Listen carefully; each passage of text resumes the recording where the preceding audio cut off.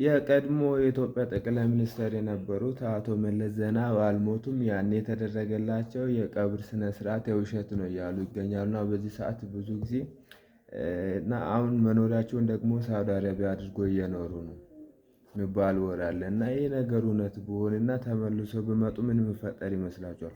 በእርግጥ አሁን ሳውዲ አረቢያ የሚገኝ ሰውዬ አክቲንጉ ልክ እንደሱ ነው። ቪዲዮን ይዩትና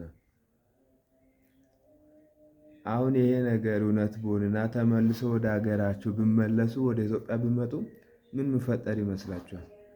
አይ ቲንክ አሁን ሁሉም ነገር ተቀያይሯል። አሁን ከሞቱ 10 ምናምን አመት ሆኗቸዋል። እና አሁን ኢትዮጵያ ላይ ያለውን ለውጥ ሲያዩ፣ ኮሪደር ልማቱን ሲያዩ፣ የአባይን መጠናቀቅ ሲያዩ በእርግጥ እያዩት ነው ብዬ አስባለሁ። ይህ ነገር እውነት ሆነ እና ምን የሚፈጠር ይመስላችኋል?